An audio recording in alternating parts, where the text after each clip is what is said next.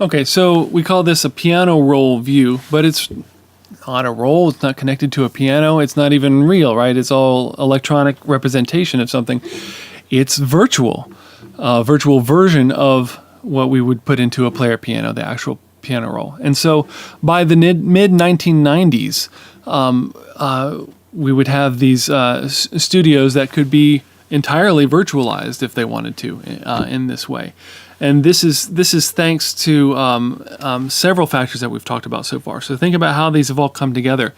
The advent of audio programming languages, this standardized communication protocol we had in MIDI, the miniaturization that we talked about earlier in the chapter, and efficient digital processing techniques like FM synthesis that allowed us to go from a really big synclavier to a really small FM synthesizer, the DX7.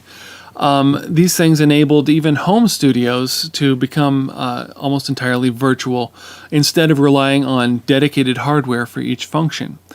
We can have a software program that can do that. That's why now on a computer studio we have virtual instruments. We don't even need an outboard synthesizer. Computers are fast enough to do the synthesis live and as we're changing the parameters. So we don't need an outboard box to do that. We can have our sequencer talk to our software synthesizer, our virtual synthesizer, all in the same computer, or we might call it in the box, and working in the box is how it's normally said. So why do we need commercial recording studios anymore? Well, it's certainly true that a number of high-quality productions can be created from home studios. And for example, some of Trent Reznor's early Nine Inch Nails work was some of the first widely embraced work to come out of a home studio. It was still well-equipped home studio, but now even on your laptop, increasingly on your phone or on your tablet, smaller and smaller devices, we're able to do more and more with higher and higher quality. So why do we need a recording studio? Well, remember, it's not all digital. Remember that stuff we were talking about at the beginning? So think about the non-digital aspects of things. We need commercial recording studios for the controlled acoustic environments, isolation from outside noises, treatment on the inside so that the room sounds good, absorbs undesirable echoes, creates echoes or reverb that we do want. Commercial recording studio is also going to give you access to high-quality analog components, the ones you still need.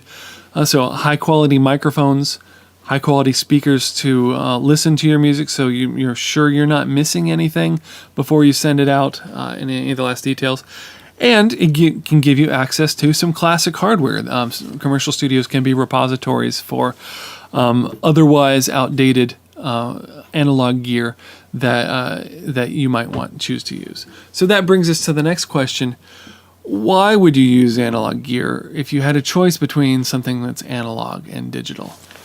Well, so after this digital revolution or this transition from analog to digital, an artist might still favor using analog equipment for the particular character of its sound, maybe some sonic irregularities, or the character of its interface. In short, more for creativity than for functionality. Like we might still use a theremin because it feels a certain way and it responds to how our body moves in a particular way.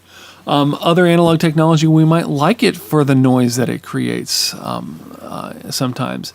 A good example of times where we might like how technology is failing, basically, is it's called many things. We might call it distortion or overdrive. It's what's become the standard electric guitar sound for the last 50 years or so. There's the clean sound when we're just amplifying an electric guitar or playing it through its electromagnetic pickups. It's usually pretty thin, tinny sounding, and so rock musicians especially wanted to thicken it up, make it more aggressive. And so what they did was they turned their amplifiers too loud. There's another movie reference about turning all your amplifiers up to 11. When you're doing that, you're driving your amplifiers too hard. You're overdriving them, and or you're sending a voltage into them that is greater than its capacity to hold voltage, or you're saturating that voltage. So we might call it saturation, and the resulting sound is distorted. So we might call it distortion in a way that we might call fuzz. It's kind of fuzzy, that kind of sound for a guitar. So distortion, overdrive, saturation, fuzz, whatever you want to call it. That's the sound of failure. And it seems pleasing. It's failing in a certain way, and that's why one amplifier or one distortion pedal might sound different from the other, because it's failing in a different way. You might think of it as in this way. Think of physical failure. If you're lifting weights and you're lifting something that's right at your limit of being able to lift something, and you hold it, and I'm trying to hold it right there. At some point, I'm just going to drop it. But in between holding it there and dropping it, I'm probably going to shake. I'm going to falter a little bit. And this shaking and faltering is a unique part of the sound. That's exactly what's happening to your analog electronic sound when analog devices are at just their end of their capacity to be able to perform faithfully in a high fidelity way. So compare that kind of distortion to the kind of distortion you hear in Nine Inch Nails music or Korn, Rage Against the Machine, maybe the most widely known examples. Really harsh digital distortion, where we're amplifying a signal and our signals just can only go between 0 and 1. That's the maximum. And we take our signal that's about this big. Let's put it up there. It's about this big, and so it fits in that range fine. I can amplify it so it gets bigger and bigger. If I amplify it big so that it would go outside that range, well, it just gets clipped off. We can call it clipping. Nice little sine waves get their heads chopped off, and they get square tops and bottoms. They turn it into square waves. That's a different timbre. It has more and more harmonics, where a sine wave is just one harmonic, if you remember our conversations about timbre. So digital distortion is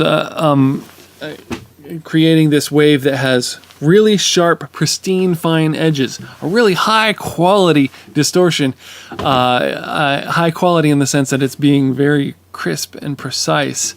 And that ends up musically being very harsh to our ears. So compare analog distortion to digital distortion, and you'll get a sense of the things that analog technology can do that might be a worthwhile creative choice to use.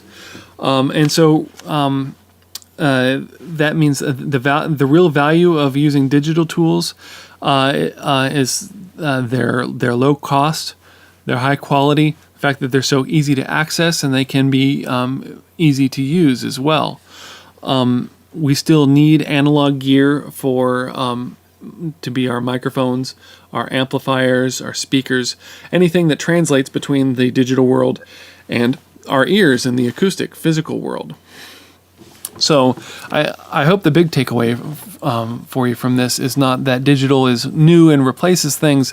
It's more that it's newer and frees analog technology up so that it's another tool in our arsenal that we can choose to use. We're not stuck working with analog when we don't want to.